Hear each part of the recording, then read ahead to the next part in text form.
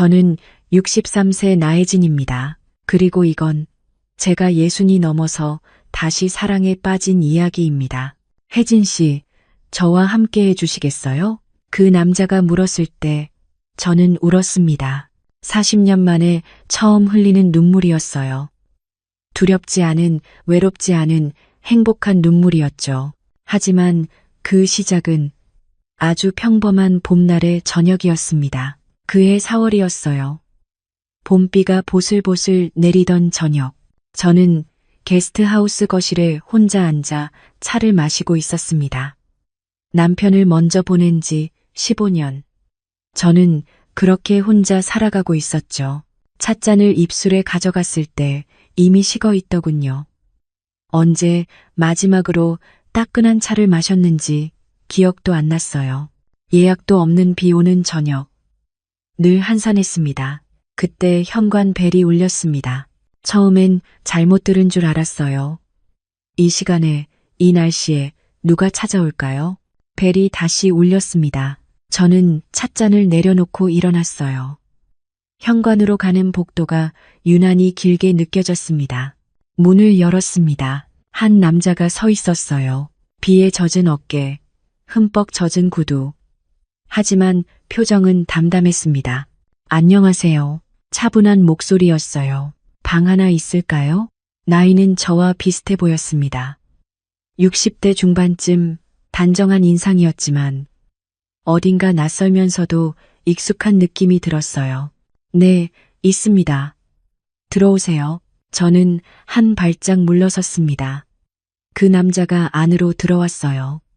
젖은 신발을 벗으며 죄송합니다. 갑자기 찾아와서라고 말했습니다. 괜찮아요. 이쪽으로 오세요. 저는 그분을 안내했습니다. 2층 계단을 올라가려던 그때였어요. 그 남자가 갑작스럽게 멈춰 섰습니다. 거실벽에 걸린 사진 앞에서요. 흑백 사진이었어요. 제가 23이었을 때 찍은 사진. 옆엔 한 남자가 서 있었죠. 정태수.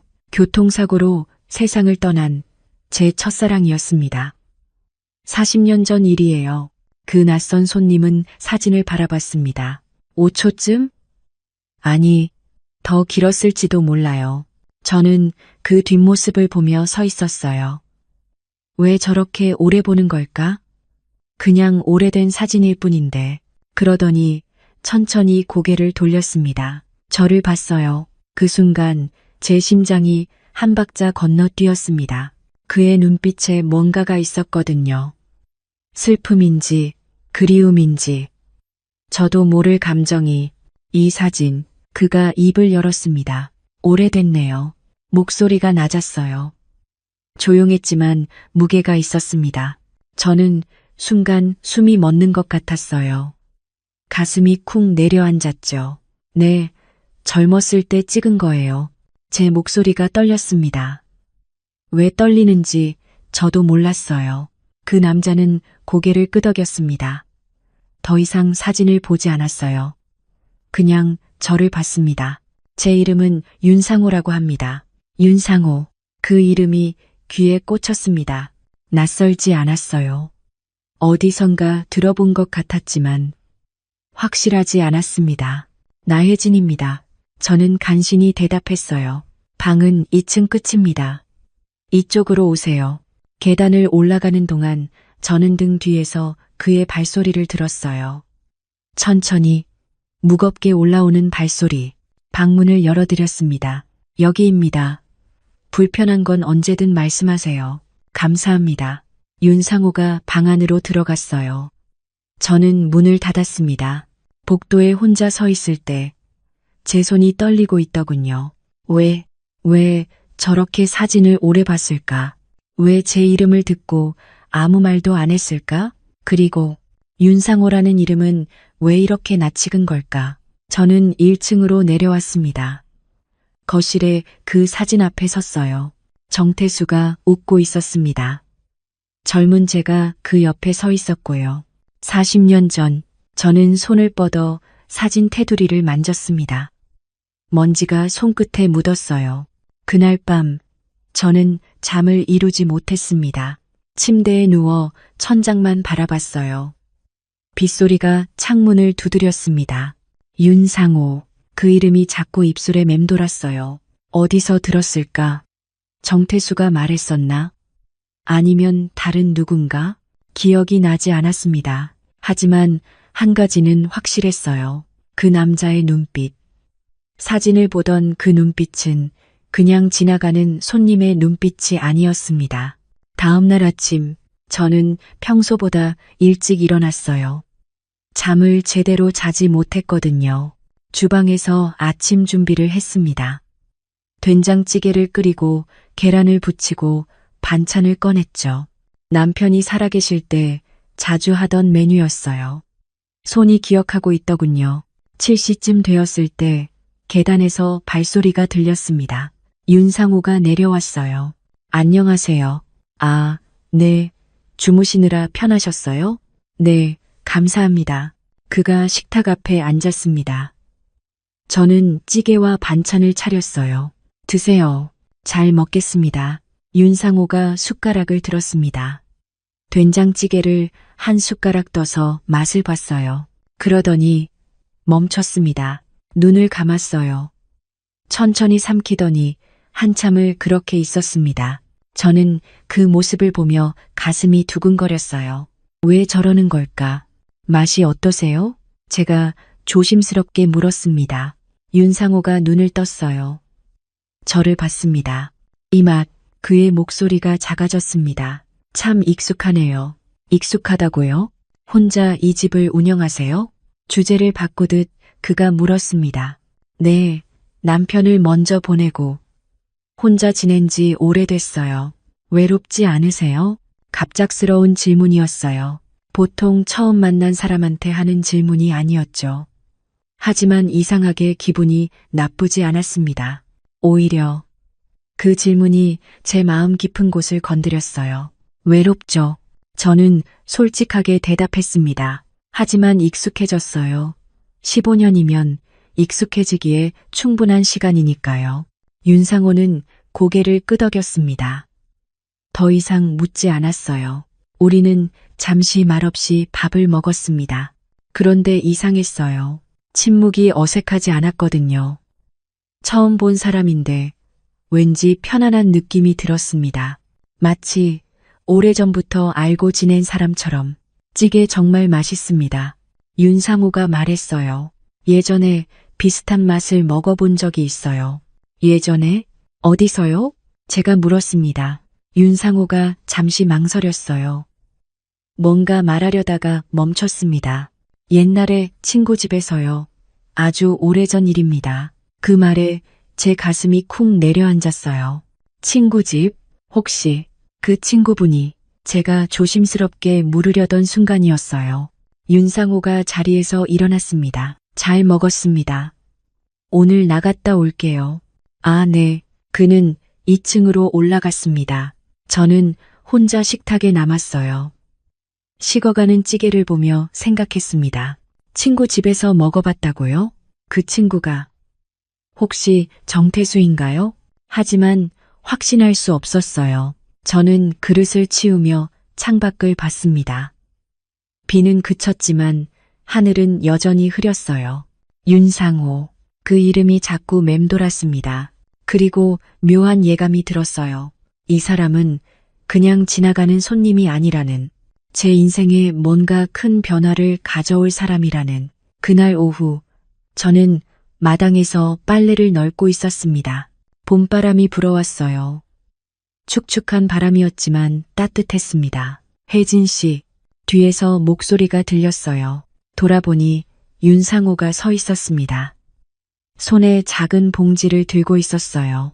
네, 근처 시장에 갔다 오는 길에 이걸 샀어요. 그가 봉지를 건넸습니다. 안을 보니 떡이 들어 있었어요. 쑥떡이었습니다. 같이 드시죠. 윤상호의 말에 저는 순간 말문이 막혔습니다. 언제 마지막으로 누군가에게 이런 걸 받아봤을까요? 가슴 한구석이 따뜻해졌어요. 고맙습니다. 저는 떡을 받았습니다. 윤상호가 미소 지었어요. 처음 보는 미소였습니다. 따뜻했어요. 별 말씀을요. 혼자 먹기 아까워서요. 그가 마당을 둘러봤습니다. 마당이 참 예쁘네요. 손이 많이 가셨겠어요. 혼자 하다 보니 여기저기 손이 안 가는 곳이 많아요. 제가 도와드릴까요? 시간은 많으니까요. 괜찮아요, 손님이. 손님이 아니라 잠시 머무는 사람이에요. 윤상호의 말에 저는 고개를 들었습니다. 그가 저를 보고 있었어요. 오래 머물러도 될까요? 여기가 편해서요. 편하다고요? 저도 이상하게 편했어요. 이 사람이 있으면. 네, 괜찮아요. 제가 대답했을 때 봄바람이 다시 불어왔습니다. 윤상호의 머리카락이 흔들렸어요. 저는 그 모습을 보며 생각했습니다. 이 사람은 대체 누구일까? 왜 여기 온 걸까? 그리고 왜 제 마음이 이렇게 흔들리는 걸까? 그 다음 날부터 윤상호는 집 주변을 살피기 시작했어요. 아침 일찍 일어나 마당을 쓸었습니다. 제가 미처 손대지 못한 곳들을 정리했죠. 저 괜찮아요. 제가 할게요. 제가 말렸지만 윤상호는 고개를 저었습니다. 손님이 머무는 동안 집주인이 고생하시면 안 되죠. 그의 목소리는 담담했어요. 하지만 따뜻했습니다. 사흘째 되던 날, 현관문이 삐걱거리고 있었어요. 오래전부터 그랬지만 혼자 고치기엔 힘들었죠. 윤상호가 공구를 가져왔습니다. 고쳐드릴게요. 아니에요. 괜찮아요. 괜찮지 않아요. 삐걱거리는 소리 들으셨죠? 저는 아무 말도 할 수 없었어요. 윤상호가 무릎을 꿇고 문고리를 만졌습니다. 손놀림이 익숙했어요. 금방 소리가 멈췄습니다. 다 됐습니다. 문을 여닫아 봤어요. 조용했습니다. 고맙습니다. 별 말씀을요. 윤상호가 일어서며 손을 털었어요. 저는 그 모습을 보며 가슴이 따뜻해지는 걸 느꼈습니다. 언제 마지막으로 누군가 이렇게 제 집을 돌봐줬을까요? 며칠이 더 지났습니다. 지붕에 기와가 들떠 있었어요. 윤상호가 사다리를 가져와 올라갔습니다. 위험해요. 제가 소리쳤지만 그는 이미 올라가 있었어요. 괜찮아요. 금방 끝나요. 햇살 아래서 윤상호가 기와를 만지는 모습이 보였습니다. 땀이 이마에 맺혔어요. 저는 부엌으로 들어가 보리차를 따랐습니다. 시원하게 식힌 차였어요. 마당으로 나갔을 때 윤상호가 내려오고 있었습니다. 수고하셨어요. 물 좀 드세요. 윤상호가 차를 받아 들었어요. 목이 말랐는지 단숨에 마셨습니다. 시원하네요. 그가 웃었어요. 저는 그 미소를 보며 가슴이 뛰는 걸 느꼈습니다. 왜 이러는 걸까요? 이 나이에. 고맙습니다, 혜진 씨. 윤상호가 빈 컵을 건네며 말했어요. 처음으로 제 이름을 불렀습니다. 존댓말과 함께였지만 왠지 친근하게 들렸어요. 아니에요. 제가 더 고마워요. 우리는 잠시 서로를 바라봤습니다. 봄바람이 불어왔어요. 윤상호의 셔츠가 바람에 흔들렸습니다. 그 순간 저는 깨달았어요. 이 사람이 있으면 외롭지 않다는 걸. 일주일쯤 지났을 때였어요. 저는 장을 보러 나가려고 했습니다. 어디 가세요? 윤상호가 물었어요. 시장에 좀 가려고요. 같이 가도 될까요? 저도 필요한 게 있어서요. 저는 잠시 망설였습니다. 하지만 거절할 이유가 없었어요. 그럼 같이 가요. 우리는 함께 집을 나섰습니다. 버스 정류장까지 걸어가는 길. 나란히 걸었어요. 오랜만이었습니다. 누군가와 이렇게 나란히 걷는 게. 날씨 좋네요. 윤상호가 말했어요. 네, 봄이 왔어요. 혜진 씨는 봄을 좋아하세요? 네. 모든 게 다시 시작되는 계절이니까요. 제 대답에 윤상호가 고개를 끄덕였습니다. 저도요. 봄은 희망의 계절이죠. 버스를 타고 시장에 도착했습니다. 사람들로 붐볐어요. 생선 굽는 냄새, 과일 파는 아주머니의 목소리, 아이들 웃음소리, 모든 게 활기차게 느껴졌습니다. 뭐 사실 거예요? 윤상호가 물었어요. 딸기 좀 사려고요. 손님들 간식으로 주려고요. 딸기 좋죠. 저도 좋아해요.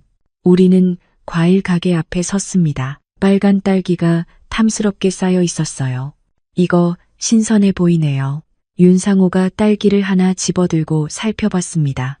그래요? 그럼 이걸로 살게요. 2박스 사세요. 하나는 제가 살게요. 아니에요. 괜찮아요. 아니에요. 제가 얻어먹기만 하면 미안하잖아요. 윤상호가 웃으며 말했습니다. 저는 그 웃음에 지고 말았어요. 그럼 고맙습니다. 장을 보는 내내 윤상호는 제 옆에 있었어요. 무거운 걸 들어주고 흥정도 도와주었습니다. 마치 오래전부터 함께 장을 봐온 사람처럼 자연스러웠죠. 집으로 돌아오는 길, 윤상호가 제 장바구니를 들어주었습니다. 저는 빈손으로 걸으며 주변을 둘러봤어요. 골목길 어귀에 매화나무가 있었습니다. 저도 모르게 감탄사가 나왔어요. 매화꽃이 피어 있었거든요. 연분홍빛 꽃잎이 바람에 흔들리고 있었습니다. 매화가 피었네요. 윤상호가 말했어요. 저도 매화를 바라봤습니다. 네, 올해 유난히 잘 피었어요. 우리는 매화나무 앞에 섰습니다. 바람이 불어왔어요. 꽃잎 하나가 떨어져 제 어깨에 내려앉았습니다. 윤상호가 손을 뻗었어요. 조심스럽게 제 어깨에 꽃잎을 집어들었습니다. 그의 손가락이 제 어깨를 스쳤어요. 순간 심장이 쿵 하고 뛰었습니다. 혜진 씨, 윤상호가 제 이름을 불렀어요. 저는 그를 올려다봤습니다. 당신도 매화처럼 아름다우세요. 그 말에 저는 숨이 멎는 것 같았어요. 얼굴이 뜨거워졌습니다. 심장이 빠르게 뛰었어요. 이 나이에 이런 말을 들을 줄은 몰랐습니다. 무슨 말씀을. 사실이에요. 윤상호가 웃었습니다. 따뜻한 미소였어요. 매화를 보니 당신이 생각났어요. 겨울을 이겨내고 다시 피어나는 꽃. 저는 얼른 고개를 돌렸습니다. 제 얼굴이 얼마나 빨개졌는지 들킬까봐 두려웠거든요. 가요. 해가 기울고 있어요.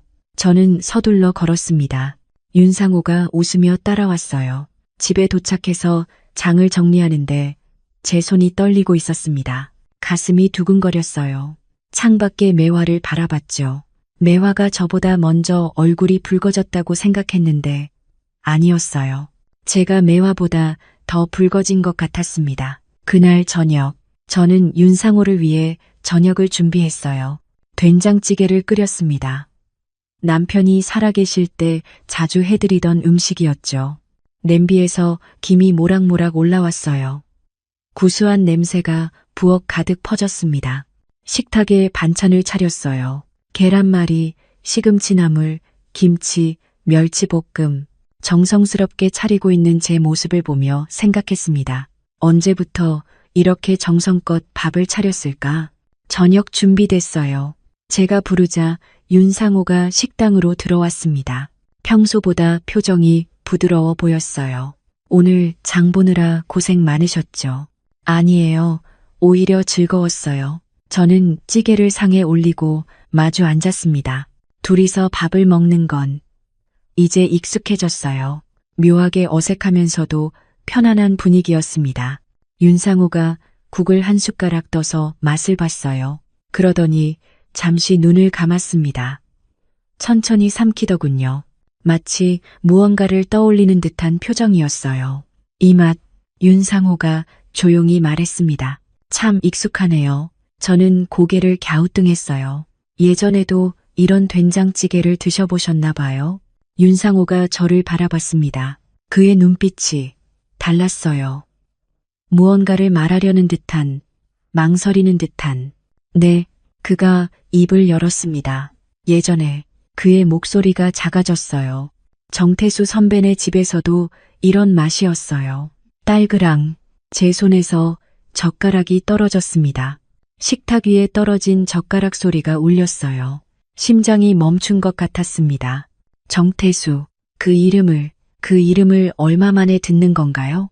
아니, 누군가의 입에서 그 이름이 나올 줄은 상상도 못했어요. 지금 제 목소리가 떨렸습니다.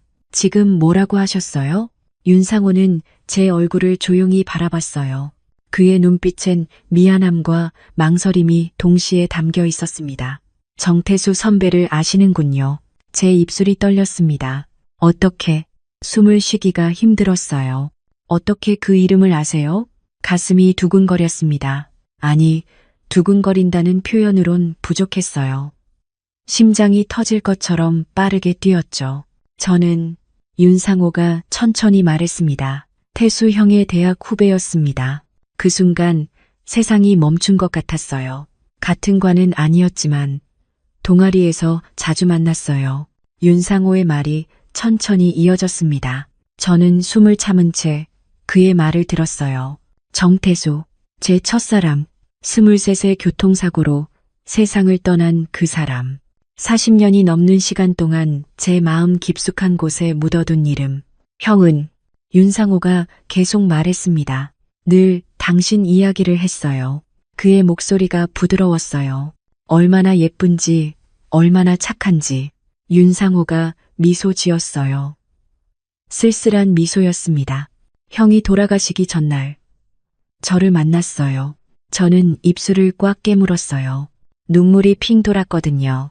이 나이에 60이 넘어서 이런 감정이 밀려올 줄은 몰랐습니다. 그날 형은 당신 이야기를 많이 했습니다. 윤상호의 목소리가 잠겼어요. 혹시 자기에게 무슨 일이 생기면 그만하세요. 저는 손을 들어 윤상호의 말을 막았습니다. 더 이상 들을 수가 없었어요. 가슴이 너무 아팠거든요. 40년 전 그날이 생생하게 떠올랐습니다. 정태수가 마지막으로 제게 웃어주던 얼굴, 그 웃음이 마지막일 줄 몰랐던 그날. 죄송합니다. 윤상호가 고개를 숙였어요. 너무 갑작스럽게 말씀드린 것 같네요. 저는 자리에서 일어났습니다. 더 이상 밥을 먹을 수가 없었어요. 목이 메어서 숨쉬기도 힘들었죠. 먼저 들어가겠습니다. 저는 식탁을 정리하지도 않고 제 방으로 들어갔습니다. 문을 닫고 침대에 주저앉았어요. 손이 떨렸습니다. 온몸이 떨렸어요. 낯선 손님인 줄만 알았는데 그저 편안한 느낌을 주는 사람이라고만 생각했는데 그 사람은 제 인생에서 가장 아픈 이름을 알고 있었던 거예요. 창밖을 바라봤습니다. 달이 떠 있었어요. 저 달빛 아래서 정태수와 함께 걸었던 기억이 났습니다. 손을 잡고 걸으며 미래를 꿈꾸던 23. 그 시절로 돌아간 것 같았어요. 눈물이 흘러내렸습니다. 소리 내지 않고 조용히. 왜 하필 지금일까요? 왜 하필 윤상호가 제게 찾아온 걸까요? 그리고 왜 지금 그 이야기를 꺼낸 걸까요? 거실에서 설거지하는 소리가 들렸습니다. 윤상호가 혼자 설거지를 하고 있는 모양이었죠. 저는 문틈으로 새어나오는 불빛을 바라봤어요. 그 사람은 대체 누구일까요? 정태수의 친구, 40년 넘게 간직했던 무언가, 모든 게 미스터리 같았습니다. 하지만 동시에 제 마음 한구석이 따뜻해지는 걸 느꼈어요. 누군가 정태수를 기억하고 있다는 사실이, 그를 아끼던 사람이 제 앞에 있다는 사실이 묘하게 위안이 됐죠. 저는 서랍을 열었습니다. 가장 깊숙한 곳에 낡은 앨범이 있었어요. 40년 동안 한 번도 꺼내보지 않았던 앨범이었습니다. 먼지를 털어내고 펼쳤죠. 거기엔 정태수와 함께 찍은 사진들이 있었어요. 흑백 사진 속 젊은 저와 정태수, 둘 다 웃고 있었습니다. 행복해 보였어요. 그때는 미래가 영원할 줄 알았죠. 사진을 쓰다듬으며 저는 조용히 울었습니다. 한참을 그렇게 있다가 문득 생각했습니다. 윤상호는 왜 이제야 나타난 걸까? 40년이란 시간이 지났는데 왜 지금 제 앞에 온 걸까요? 그리고 그 사람은 정태수에게 대체 무슨 이야기를 들었던 걸까요? 밤은 깊어갔습니다. 저는 앨범을 안고 그렇게 앉아 있었어요. 창밖의 달빛이 방 안으로 들어왔습니다. 40년 전 그날도 이런 달빛이었어요. 정태수와 마지막으로 함께 걸었던 그날 밤. 태수야, 제가 속삭였습니다. 내가 보낸 사람이니? 대답은 없었습니다. 달빛만 조용히 방 안을 비추고 있을 뿐이었죠. 다음 날 아침, 저는 일찍 일어났습니다. 잠을 제대로 자지 못했어요. 거울을 보니 눈이 퉁퉁 부어 있더군요. 찬물로 세수를 하고 부엌으로 나갔습니다. 윤상호는 이미 식탁에 앉아 있었어요. 어젯밤 제가 먹다만 밥그릇이 깨끗이 치워져 있었습니다. 설거지까지 다 되어 있었죠. 저는 잠시 멈춰 섰어요. 어젯밤엔 윤상호가 먼저 말했어요. 고개를 숙인 채였습니다. 죄송했습니다. 아니에요. 저는 조심스럽게 대답하며 그의 맞은편에 앉았습니다. 제가 너무 놀라서 그랬어요.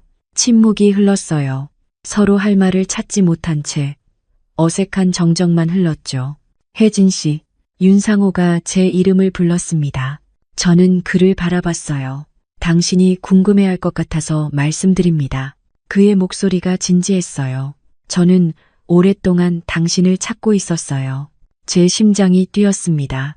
나를 찾고 있었다고요? 네. 왜요? 무슨 이유로요? 제 목소리가 떨렸어요. 첫사랑의 친구라서 그런 건가요? 윤상호는 잠시 침묵했습니다. 그러더니 고개를 저었어요. 그것만은 아닙니다. 그가 말했어요. 하지만 지금 당장은 말씀드리기 어렵네요. 그의 대답은 제 혼란을 더 키웠을 뿐이었어요. 알 것 같으면서도 알 수 없는 상황. 저는 가슴이 답답했습니다. 시간을 주세요. 윤상호가 조용히 말했어요. 때가 되면 모든 걸 말씀드릴게요. 저는 고개를 끄덕였습니다. 더 이상 물을 수가 없었어요. 그 일이 있고 나서도 윤상호는 떠나지 않았어요. 오히려 더 조용히, 더 조심스럽게 제 곁에 있었습니다. 며칠이 지났습니다.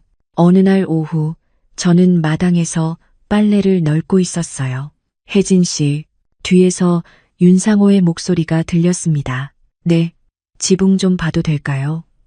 어제 보니까 기와가 조금 들떠 있더라고요. 괜찮아요. 혼자 다 해봤어요. 제가 손사래를 쳤습니다. 하지만 윤상호는 이미 사다리를 세우고 있었어요. 저는 그 모습을 가만히 바라봤죠. 참 이상한 사람이라는 생각이 들었습니다. 왜 이렇게까지 해주는 걸까요? 한참 후 윤상호가 내려왔어요. 다 고쳤어요. 이제 비와도 괜찮을 거예요. 고맙습니다. 별 말씀을요. 그가 웃었어요. 저도 덩달아 웃었습니다. 그리고 깨달았어요. 이 사람이 있으면 집이 따뜻해진다는 걸. 아니, 집이 아니라 제 마음이 따뜻해지고 있었는지도 몰라요. 일주일쯤 더 지났을 때 어느 날 저녁 저는 장을 보러 나가려고 했습니다. 같이 가도 될까요? 윤상호가 물었어요. 이제는 자연스러웠습니다. 그럼요. 우리는 함께 시장에 갔어요. 해가 기울고 있었습니다. 주황빛 노을이 하늘을 물들였죠. 장을 보고 돌아오는 길, 윤상호가 제 장바구니를 들어주었습니다. 무겁지 않으세요? 괜찮아요. 이 정도는. 우리는 천천히 걸었어요. 말없이 걸었지만 어색하지 않았습니다. 집에 도착했을 때 해가 완전히 졌어요. 저녁을 먹고 난 뒤 윤상호가 마루에 앉아 있었습니다. 혜진 씨, 잠깐 앉으시겠어요? 저도 옆에 앉았어요. 달이 떠올랐습니다. 둥근 다리마당을 비추고 있었죠. 혜진 씨, 네? 여기 있어도 될까요? 조금 더. 윤상호가 물었어요. 저는 그를 바라봤습니다. 그의 눈빛이 진지했어요. 왜요? 갈 곳이 없으세요? 그런 건 아닌데. 그가 말했어요. 여기가 편해서요. 편하다. 그 말이 제 마음에 와닿았습니다. 저도 그랬거든요. 윤상호가 있으면 편했어요. 외롭지 않았죠. 그럼 더 계세요. 제가 조용히 대답했어요. 윤상호가 고맙다고 말했습니다. 우리는 그렇게 달을 보며 앉아 있었어요. 말없이 앉아 있었지만 어색하지 않았습니다. 오히려 평온했죠. 혜진 씨, 윤상호가 다시 입을 열었어요. 네, 태수 형이 자주 하던 말이 있어요. 제 심장이 또 뛰기 시작했습니다.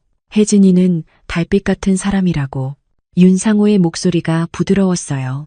어둠 속에서도 빛나는 사람이라고요. 저는 입술을 깨물었어요. 눈물이 날 것 같았거든요. 형은 끝까지 당신을 사랑했어요. 그걸 알아주셨으면 해요. 알아요. 제가 속삭였습니다. 저도 끝까지 사랑했어요. 우리는 침묵 속에 앉아 있었습니다. 달빛이 우리를 비추고 있었어요. 그날 밤, 저는 잠자리에 누웠지만 잠이 오지 않았어요. 자꾸만 오늘 하루가 떠올랐습니다. 윤상호와 함께 걷던 저녁길, 달빛 아래 나눈 대화, 그리고 제 가슴이 뛰었던 그 순간들. 저는 자리에서 일어나 거울 앞에 섰습니다. 오랜만에 제 얼굴을 찬찬히 들여다봤어요. 주름이 있었고 머리엔 흰머리도 보였습니다. 하지만 오늘따라 제 눈빛이 달라 보였어요. 생기가 있었죠. 나는 아직 여자일까요? 이 나이에도 설렐 수 있는 걸까요? 스스로에게 던진 질문이 가슴에 오래 남았습니다.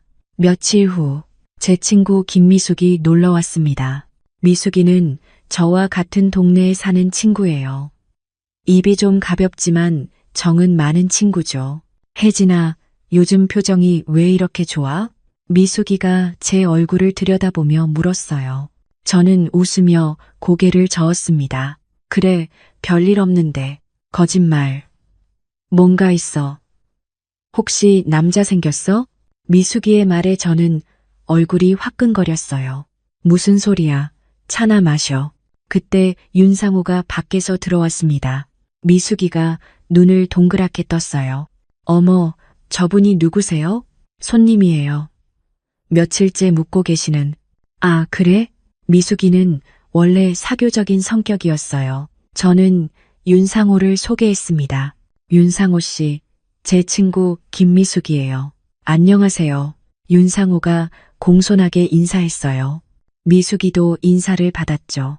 그리고는 제게 눈빛으로 신호를 보내더군요. 나중에 꼬치꼬치 캐물을 개 뻔했어요. 윤상호는 자기 방으로 들어갔습니다. 미숙이가 바로 제 팔을 잡았어요. 야, 저 사람 괜찮은데? 나이도 비슷해 보이고. 그냥 손님이라니까. 손님이 일주일씩이나 있어? 뭔가 있는 거 아니야? 미숙이는 계속 물었어요. 저는 대답을 피하며 차를 따랐습니다. 그나저나 목 좀 마르네. 화장실 어디야? 거기 복도 끝. 미숙이가 일어났어요. 잠시 후 저는 부엌에서 과일을 썰고 있었습니다. 그때였어요. 혜진아. 미숙이의 목소리가 다급했습니다. 저는 칼을 내려놓고 거실로 나갔어요. 미숙이가 손에 뭔가를 들고 서 있었습니다. 이게 뭐야? 가까이 가서 보니 낡은 편지 묶음이었어요. 노란 봉투가 여러 장 끈으로 묶여 있었습니다. 어디서 났어?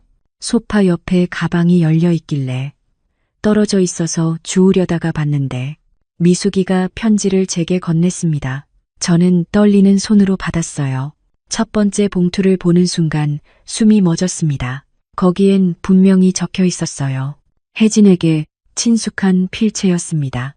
정태수의 글씨체였어요. 40년이 지났지만 잊을 수가 없었죠. 이게 제 목소리가 떨렸습니다. 뭐야? 미숙이도 놀란 표정이었어요. 내 이름이 적혀 있어. 이 편지에. 편지. 누구한테 온 편지인데? 저는 봉투를 뜯을 수가 없었어요. 손이 너무 떨렸거든요. 두 번째 봉투도, 세 번째 봉투도 똑같았습니다. 혜진에게, 혜진에게, 혜진에게. 전부 정태수의 글씨였어요. 그때 윤상호의 방문이 열렸습니다. 윤상호가 나왔어요. 우리를 보더니 표정이 굳어졌죠. 그게 윤상호가 말을 꺼내려 했지만 저는 먼저 물었습니다. 이게 뭐예요? 제 목소리는 차갑게 나왔어요. 윤상호가 다가와 편지를 보더니 한숨을 쉬었습니다. 설명할게요. 설명은 나중에 들을게요. 저는 첫 번째 봉투를 뜯었습니다. 손이 떨려서 제대로 뜯기지도 않았어요. 미숙이가 도와주었죠. 봉투 안에서 편지지가 나왔습니다. 편지를 펼쳤어요. 정태수의 글씨가 보였습니다. 첫 문장을 읽는 순간 눈물이 흘러내렸어요. 혜진아, 이 편지를 읽고 있다면 나는 이미 내 곁에 없겠지. 미안해. 약속을 지키지 못해서. 너와 함께 늙어가고 싶었는데 그러지 못하게 됐어. 하지만 한 가지만 부탁할게. 제발 행복하게 살아줘. 나 때문에 울지 말고 다시 웃어줘. 가슴이 터질 것 같았습니다. 편지는 계속 이어졌어요. 내 친구 상호가 이 편지를 전해줄 거야. 상호는 좋은 사람이야. 믿어도 돼. 사실 말이야. 상호는 너를 좋아했어. 나도 알고 있었어. 하지만 상호는 우리 사이를 알고도 한 번도 표현하지 않았지. 그만큼 의리 있는 친구야. 제 손이 떨렸습니다. 윤상호가 저를 좋아했다고요? 40년 전에요? 그 사실을 전혀 몰랐어요. 혜진아, 내 친구 상호가 내 옆에 있다면 그건 내가 마지막으로 너를 지키는 방법일 거야. 상호를 믿어줘. 그 친구는 나보다 더 오래 너를 지켜줄 거야. 행복해, 혜진아. 부디 행복해. 태수가 편지가 거기서 끝났어요. 저는 편지를 가슴에 꼭 안았습니다. 눈물이 편지 위에 떨어졌어요. 번진 글씨를 보며 저는 울었습니다. 정태수는 알고 있었던 거예요.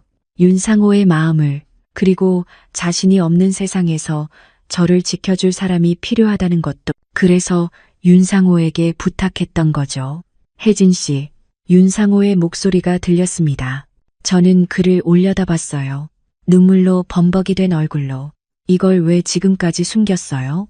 제 목소리가 떨렸습니다. 분노와 슬픔이 뒤섞여 있었어요.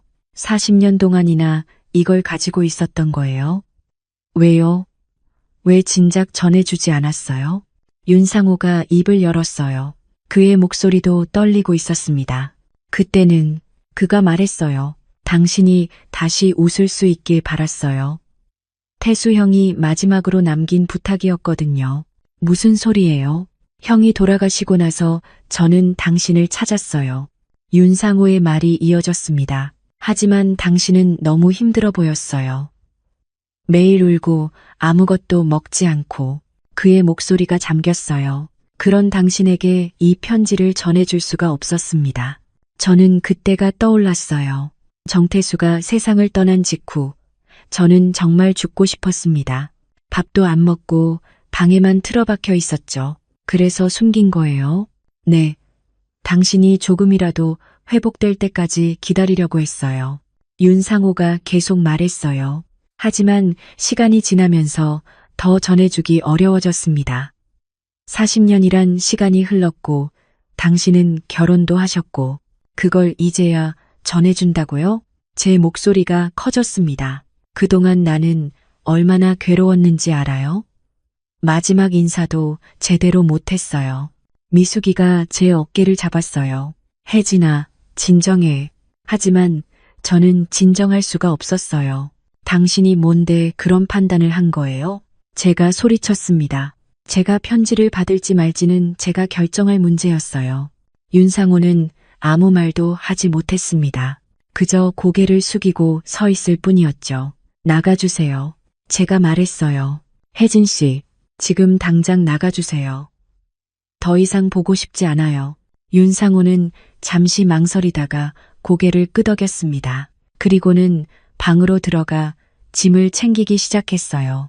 저는 그 모습을 보며 주저앉았습니다. 미숙이가 제 등을 쓰다듬어 주었어요. 하지만 위로가 되지 않았습니다. 제 마음은 너무 복잡했어요. 슬픔, 분노, 배신감, 모든 감정이 뒤섞여 있었죠. 윤상호가 현관으로 나갔습니다. 문을 닫는 소리가 들렸어요. 그 순간 제 가슴이 찢어질 것 같았습니다.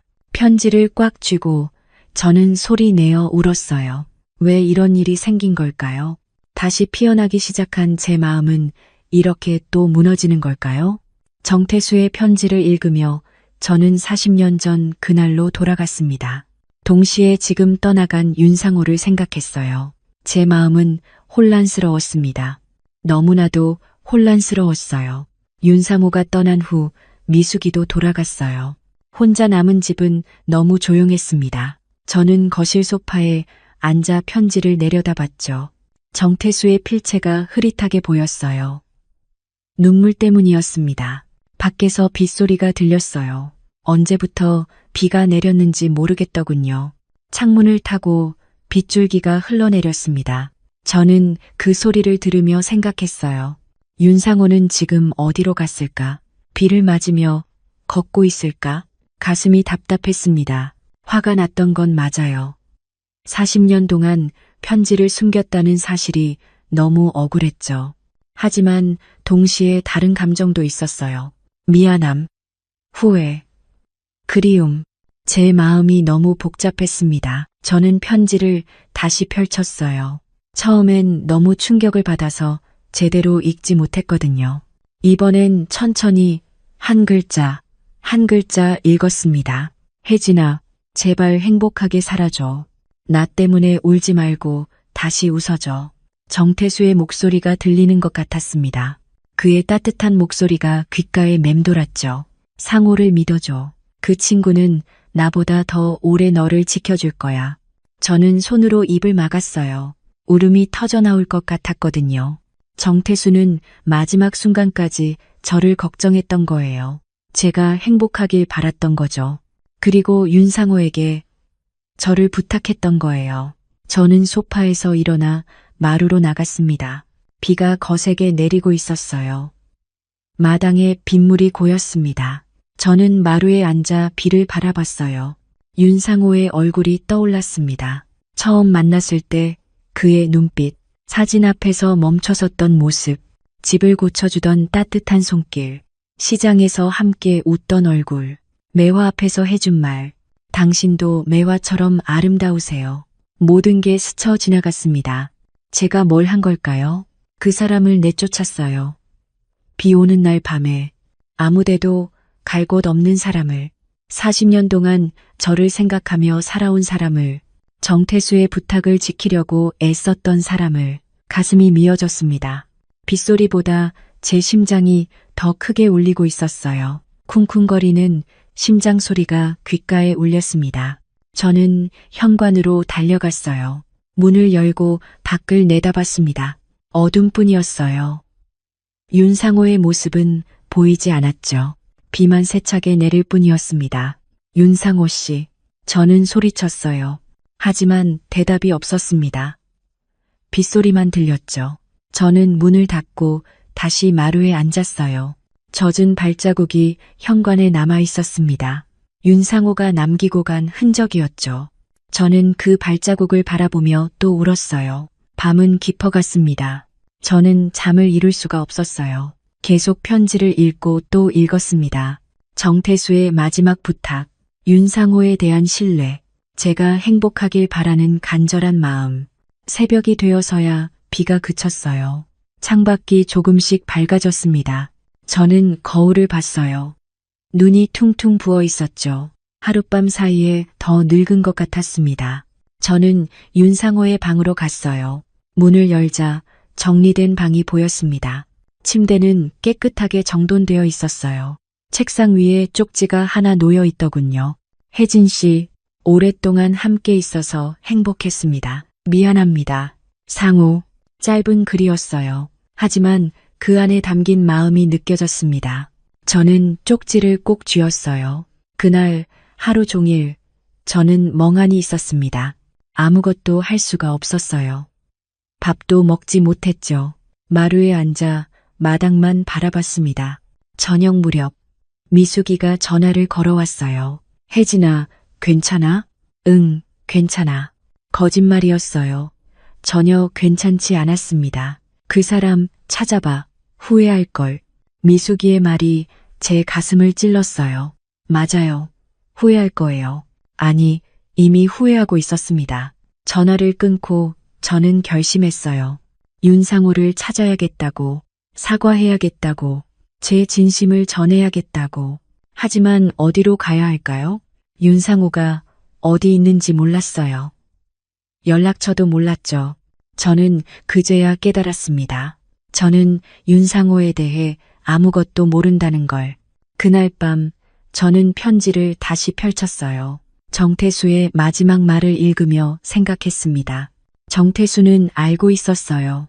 제가 다시 사랑할 수 있다는 것을, 제가 행복해질 수 있다는 것을, 그리고 그 곁에 윤상호가 있어야 한다는 것을. 태수야, 저는 창밖을 바라보며 속삭였어요.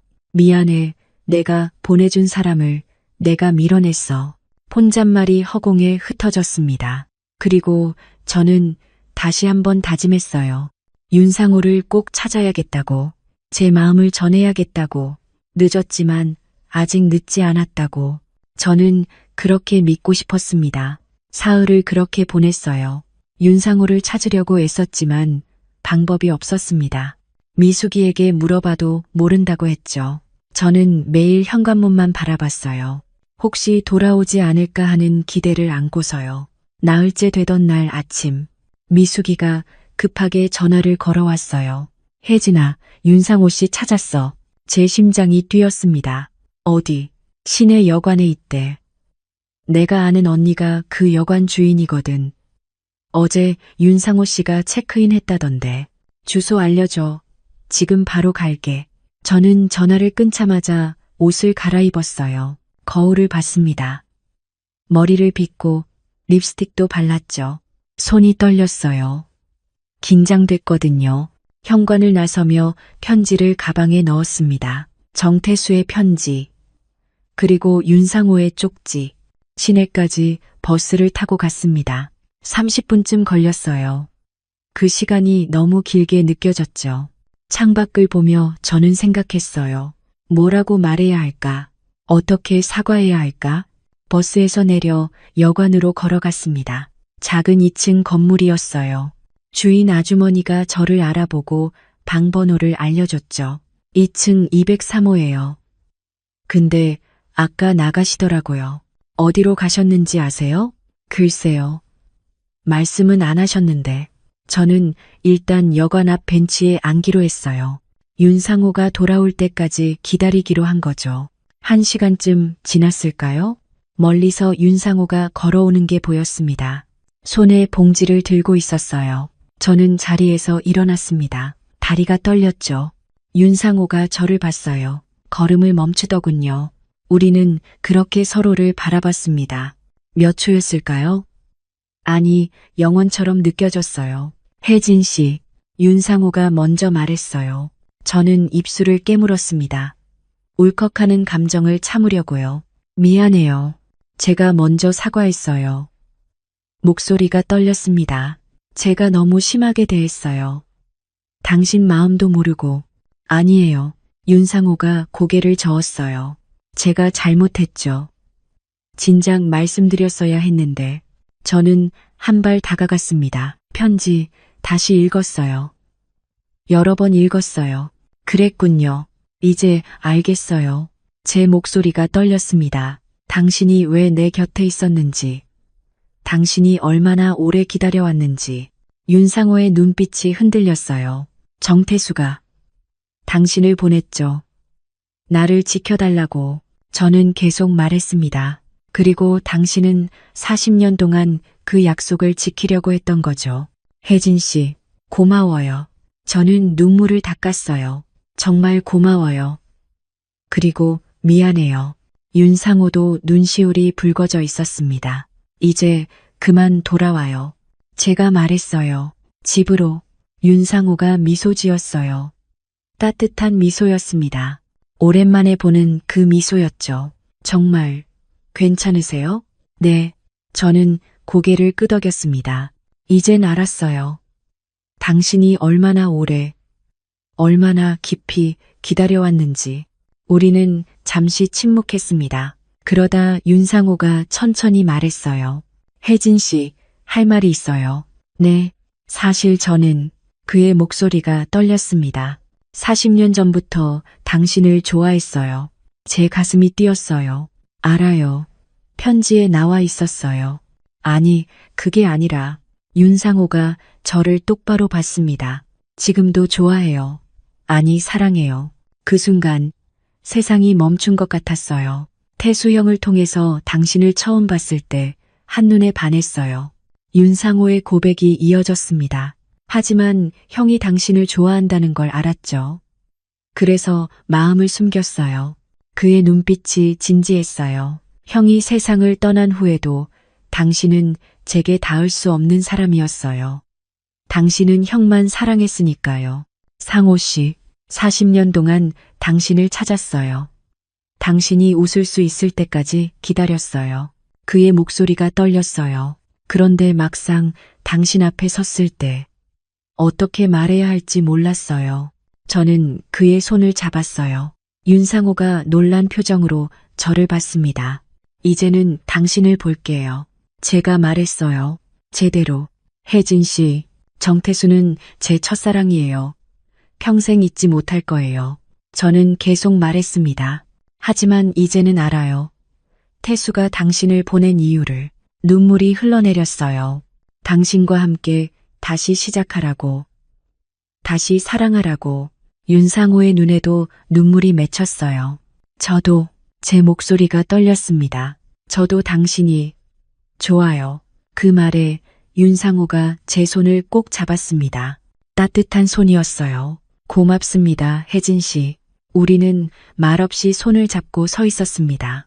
여관 앞 거리에서. 사람들이 오가는 거리에서. 하지만 아무도 보이지 않았어요. 우리 둘만 있는 것 같았습니다. 집에 가요. 제가 말했어요.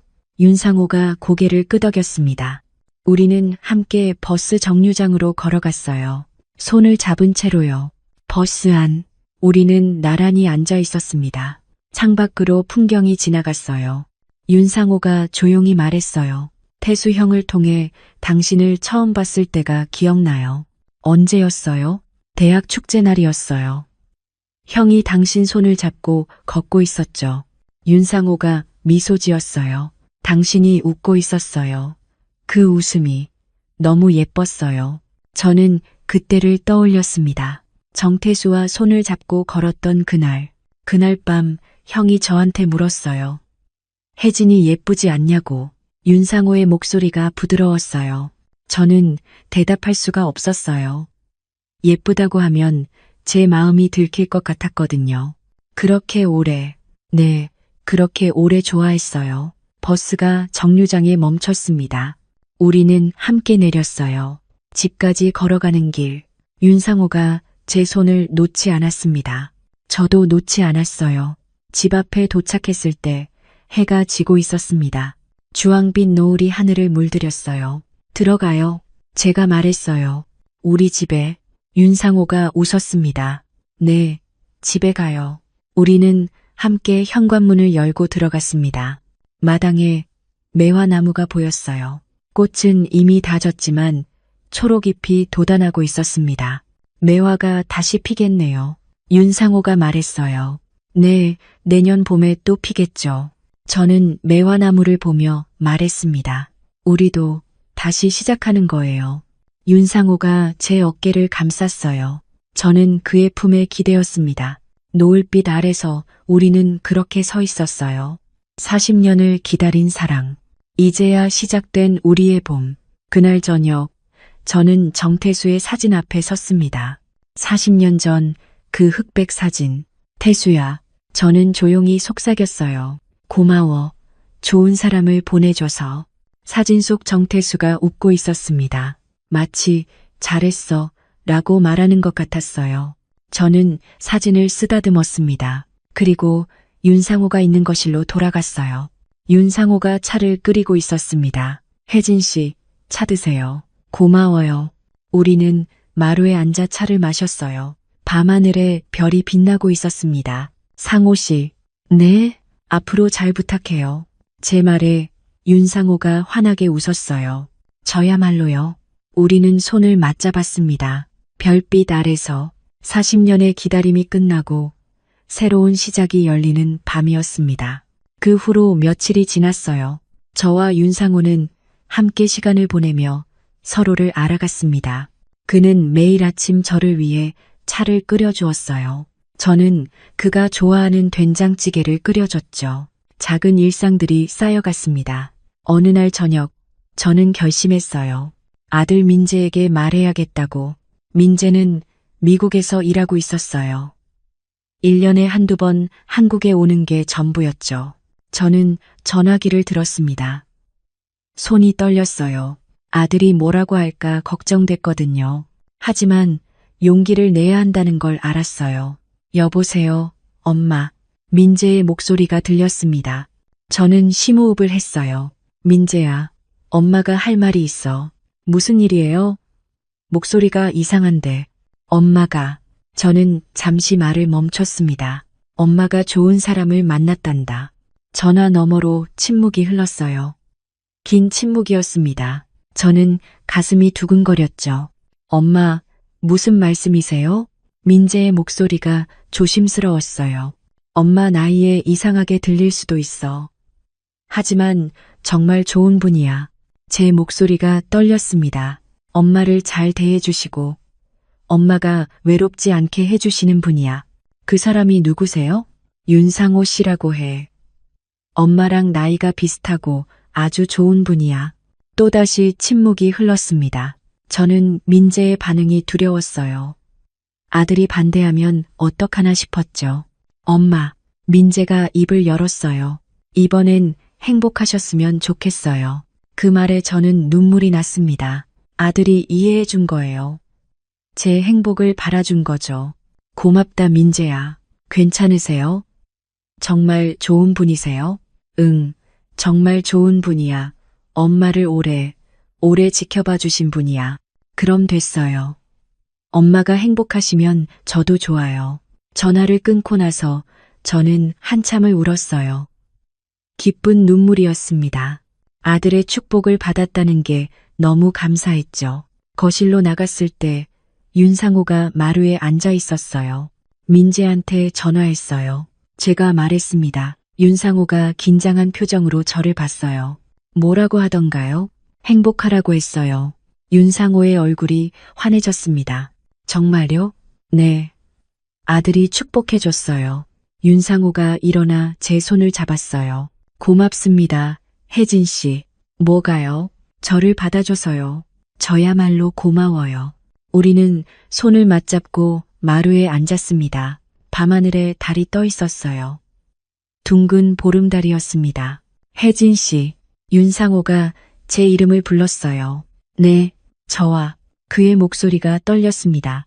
저와 함께 해주시겠어요? 제 심장이 뛰었습니다. 남은 인생을 함께요. 윤상호가 저를 똑바로 봤어요. 그의 눈빛이 진지했습니다. 결혼해 주시겠어요? 그 순간 40년 전이 떠올랐습니다. 정태수가 청혼하던 날 23세 저는 네라고 대답했었죠. 그리고 지금 64세의 저는 다시 한번 대답했습니다. 네, 좋아요. 윤상호의 눈에 눈물이 맺혔어요. 감사합니다. 그가 제 손을 꼭 잡았습니다. 평생 잘 모시겠습니다. 화려한 결혼식은 아니어도 괜찮으시겠어요? 제가 물었어요. 당연하죠. 우리 나이에 무슨 화려한 결혼식이 필요해요? 윤상호가 웃었습니다. 저도 웃었어요. 그럼 봄에 할까요? 벚꽃 필 때쯤. 좋아요. 그때가 딱 좋겠네요. 우리는 달빛 아래 앉아 미래를 꿈꿨습니다. 겨울이 왔어요. 첫눈이 내리던 날, 저와 윤상호는 마당에 나갔습니다. 눈이다. 저는 손을 펼쳐 눈송이를 받았어요. 윤상호가 웃으며 말했습니다. 눈사람 만들까요? 이 나이에요? 왜요? 나이가 뭐가 중요해요? 우리는 눈사람을 만들었어요. 60이 넘은 나이에 눈사람을 만들다니. 웃음이 나왔지만 행복했습니다. 눈사람도 우리처럼 커플이네요. 윤상호가 말했어요. 그러네요. 큰 눈사람과 작은 눈사람. 나란히 서 있었습니다. 춥지 않으세요? 윤상호가 물었어요. 괜찮아요. 당신은요? 저도 괜찮아요. 우리는 장갑 낀 손을 맞잡고 눈 내리는 마당을 바라봤습니다. 하얀 눈이 세상을 덮어가고 있었어요. 혜진 씨. 네? 행복해요. 저도요. 겨울이 지나가고 봄이 왔습니다. 마당의 벚나무에 꽃이 피기 시작했어요. 연분홍빛 꽃잎이 하나둘 피어났죠. 드디어 벚꽃이 피네요. 제가 말했어요. 이제 곧이네요. 우리 결혼식. 윤상호가 웃었습니다. 결혼식 날이 다가왔습니다. 결혼식 전날 밤. 저는 잠을 이루지 못했어요. 설렜거든요. 64세의 나이에 결혼을 앞두고 설레다니 스스로도 믿기지 않았습니다. 미숙이가 와서 도와줬어요. 혜진아, 내일 진짜 결혼하는 거야? 응, 믿기지 않지? 그래, 근데 너 정말 행복해 보여. 미숙이가 제 얼굴을 보며 말했어요. 저는 거울을 봤습니다. 정말 행복해 보였어요. 눈빛이 살아 있었죠. 결혼식 날 아침이 밝았습니다. 화창한 봄날이었어요. 하늘은 맑았고 바람은 따뜻했습니다. 완벽한 날씨였죠. 저는 옅은 베이지색 원피스를 입었어요. 화려하지 않지만 단정한 옷이었습니다. 머리를 올리고 가벼운 화장을 했죠. 거울 속 제 모습이 낯설었어요. 아니, 낯설지 않았습니다. 젊었을 때의 제 모습 같았죠. 마당에 작은 의자들이 놓였어요. 하객은 많지 않았습니다. 미숙이와 동네 친구 몇 분, 그리고 민재, 윤상호 쪽에서도 친구 몇 분이 오셨어요. 소박한 결혼식이었습니다. 벚꽃잎이 바람에 흩날렸어요. 마치 축복하듯 하늘에서 내려왔습니다. 저는 천천히 걸어 나갔어요. 윤상호가 마당 한가운데 서 있었습니다. 그를 보는 순간 눈물이 났어요. 윤상호도 눈물을 글썽이고 있었습니다.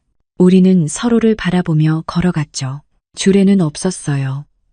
대신 우리가 서로에게 말하기로 했습니다. 윤상호가 먼저 입을 열었어요. 혜진, 그가 제 이름을 불렀습니다. 존댓말 없이요.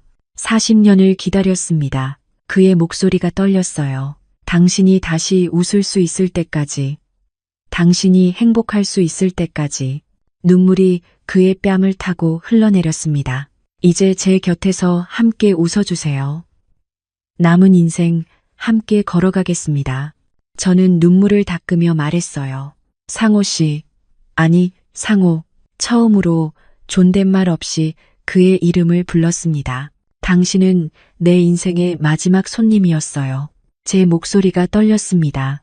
어느 봄날 비 오는 저녁에 찾아온 손님. 하지만 이제는 알아요. 저는 계속 말했어요. 당신은 손님이 아니라 가족이라는 걸, 첫사랑이 보내준 선물이라는 걸. 눈물이 멈추지 않았어요. 당신과 함께라면 남은 인생이 두렵지 않아요. 당신은 제게 다시 사랑할 용기를 줬어요. 저는 그의 손을 잡았습니다. 고마워요. 그리고 사랑해요. 마지막 말을 하며 저는 울었습니다. 행복한 눈물이었어요. 윤상호도 울고 있었죠. 우리는 서로를 안았습니다. 벚꽃잎이 우리 주위로 떨어졌어요. 하객들이 박수를 쳤습니다. 조용하지만 따뜻한 박수 소리였죠. 민재가 다가왔어요. 저를 안아주며 말했습니다. 엄마, 축하드려요. 행복하세요. 고맙다, 민재야. 민재가 윤상호에게 악수를 청했어요. 엄마, 잘 부탁드립니다. 물론이죠. 잘 모시겠습니다. 두 사람이 악수를 나누는 모습을 보며 저는 또 울컥했어요. 제가 사랑하는 두 사람이 서로를 인정해주는 모습이 감동적이었습니다. 결혼식 후 작은 피로연이 있었어요. 마당에서 간단한 음식을 나눠 먹었습니다. 저와 윤상호가 직접 준비한 음식이었죠. 혜진아, 정말 축하해. 미숙이가 말했어요. 고마워, 미숙아. 해가 저물어 갔어요. 노을이 하늘을 물들였습니다. 주황빛 하늘 아래서 우리는 사진을 찍었어요. 평생 간직할 사진이었죠. 저녁이 되자 하객들이 하나둘 돌아갔습니다. 민재도 숙소로 갔어요. 마당엔 저와 윤상호만 남았습니다. 드디어 우리 둘만 남았네요. 윤상호가 말했어요. 저는 그의 손을 잡았습니다. 네, 이제 시작이에요. 무슨 시작이요? 우리의 두 번째 봄이요. 제 말에 윤상호가 웃었어요. 따뜻한 웃음이었습니다. 다음 날 우리는 해안가로 떠났어요. 신혼여행이라고 하기엔 소박했지만 저희에게는 완벽한 여행이었습니다. 윤상호가 예약한 작은 펜션이었어요. 2층 발코니에서 바다가 한눈에 보였죠. 와, 정말 예쁘네요. 저는 감탄했습니다. 파도가 철썩이는 소리가 들렸어요.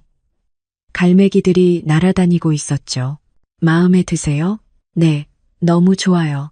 오후에 우리는 해변을 걸었어요. 맨발로 모래를 밟으며 걸었습니다. 파도가 발끝을 적셨어요. 혜진, 윤상호가 제 이름을 불렀어요. 행복해? 당연하죠. 당신은요? 저도 행복해요. 아주 많이. 우리는 손을 잡고 걸었어요.